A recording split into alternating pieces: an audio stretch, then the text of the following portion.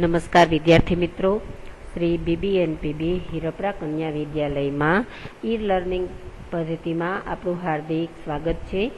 આજે આપણે આગળનો જે અધૂરો રહેલો યુનિટ એકમ જે છંદનો અભ્યાસ કરતા હતા એમાં પાંચમો જે છંદ છે ઇન્દ્રવ્રજા, જેના વિશે અભ્યાસ કરીશું। આપણે આગળ અનુષ્ઠુપ, મંદાક્રાંતા, માલિની અને તોટક આ ચાર છંદનો અભ્યાસ આપણે કરી ચૂક્યા છીએ। પાંચમો છંદ છે ઇન્દ્રવ્રજા। એમાં લક્ષણ આપણે જોઈએ તો, વ્યાખ્યા જોઈએ તો, સ્યાદિન્દ્રવ્રજા યદિ તો જગો ગહ। આ છંદની અંદર આપણે અક્ષરોની સંખ્યા કેટલી છે? 11। આગળનો જે ત્રોટક છંદ હતો, માલિની હતો અને મંદાક્રાંતા, બધા છંદોની અંદર આપણે અક્ષરો જે રીતે ગણતા હતા એ જ રીતે અહીંયા પણ અક્ષરો છે એને આપણે ગણીશું, પણ અહીંયા એની સંખ્યા કેટલી થશે? 11। યતિ છે એ અહીંયા પણ તોટક છંદની જેમ ચરણાંતે જ જોવા મળે છે। ચરણાંતે એટલે કે ચરણ પ્લસ અંતે એટલે ચરણાંતે। કાવ્ય પંક્તિ છે એનું અંતિમ છેડો એ શું થશે? એક ચરણ, એક આપણું પાદ। ગણ છે ત, જ અને ગ। ઉદાહરણ જોઈએ તો, જા માતૃ યજ્ઞેન વયમ નિરુધ્યા। આગળના છંદોની અંદર જે રીતે આપણે અક્ષરો ગણતા હતા એમાં સૌથી પહેલા અહીંયા પણ અક્ષરો ગણી લઈએ। 1 2 3 4 5 6 7 8 9 10 અને 11। આ 11નો આંકડો છે એ શું છે? ઇન્દ્રવ્રજા છંદ છે એનો। હવે આ અક્ષરો ગણી લીધા પછી આપણે શું કરવાનું છે? ત્રિક પાડવાના છે 3 અક્ષરોના, 1 2 અને 3, 1 2 અને 3, 1 2 અને 3 અને 1 અને 2।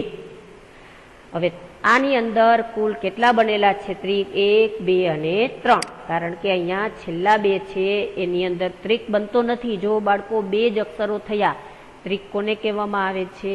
3 અક્ષરોના સમૂહને જ ત્રિક કહેવામાં આવે છે।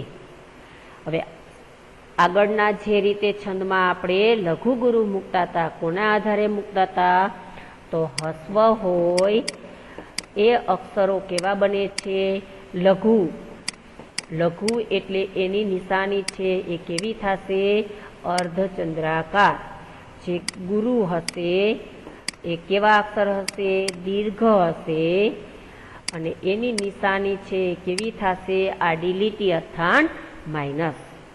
તો અહીંયા જા માં એ બંને અક્ષરો છે એ દીર્ઘ છે, એટલે અહીંયા આપણે શું જોવા મળશે? ગુરુ।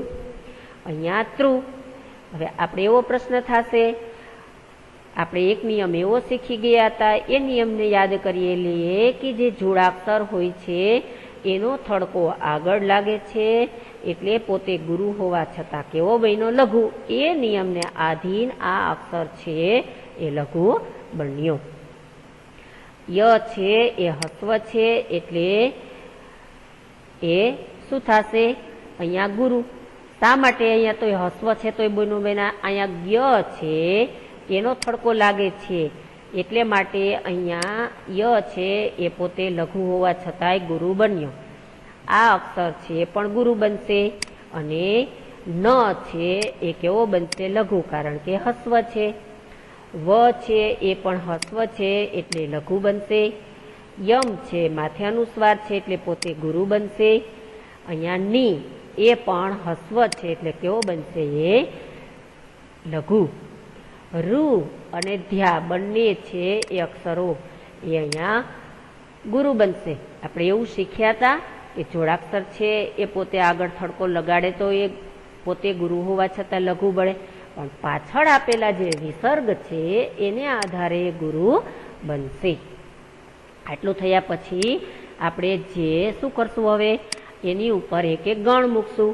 પહેલો ત્ર ગણ છે એ પહેલા ત્રિકમાં, બીજો ત ગણ છે એ અહીંયા બીજા ત્રિકમાં, જ ગણ ત્રીજો છે ત્રીજામાં અને આ ગ છે એ અંતિમમાં.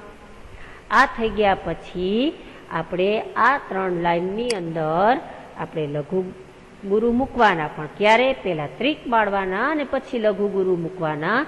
ગણ તો માત્ર પહેલી પંક્તિમાં જ મૂકવાના રહેશે. વિદ્યાર્થી મિત્રો, આપણે આગળ જે રીતે છંદમાં સમજૂતી લખતા હતા એ જ રીતે અહીંયા પણ આપણે સમજૂતી છે એ શીખીએ કે ઉપરયુક્ત ઉદાહરણની અંદર એટલે અહીંયા કેટલા ચરણ છે? 4. શેમાં છે? ઇન્દ્રવ્રજા છંદમાં. દરેક ચરણની અંદર આપણે 11 અક્ષરો છે એની ગણતરી કરેલી હતી. એના 3 ત્રિક આપણે પાડેલા હતા અને તે પછી 2 અક્ષરો આપણે કેવા જોવા મળતા હતા? સ્વતંત્ર. આ 3 ત્રિકનો જે પ્રથમ ત્રિક છે એ અને દ્વિતીય ત્રિક છે એ બંને જા માતૃ યજ્ઞેન અર્થાંત ત ગણ હતો. તૃતીય ત્રિક એ વયમની એટલે કે જ ગણ આપણે જોવા મળતો હતો. જ ભા ન અને જે અર્થાંત શું આપણે એમાં જોવા મળતા? જ ભા ન. હવે એની અંદર ભા શબ્દ છે, જુઓ, જ ભા ન. અહીંયા જે ભા છે ગુરુ હતો એટલે અહીંયા આપણે લખેલું છે મધ્ય ગુરુ અને છેલ્લા 2 અક્ષરો આપણે કેવા જોવા મળેલા હતા? ગુરુ જોવા મળેલા હતા. વિદ્યાર્થી મિત્રો, આપણે છંદ છે એ છંદની અંદર આપણે છંદ એટલે શું?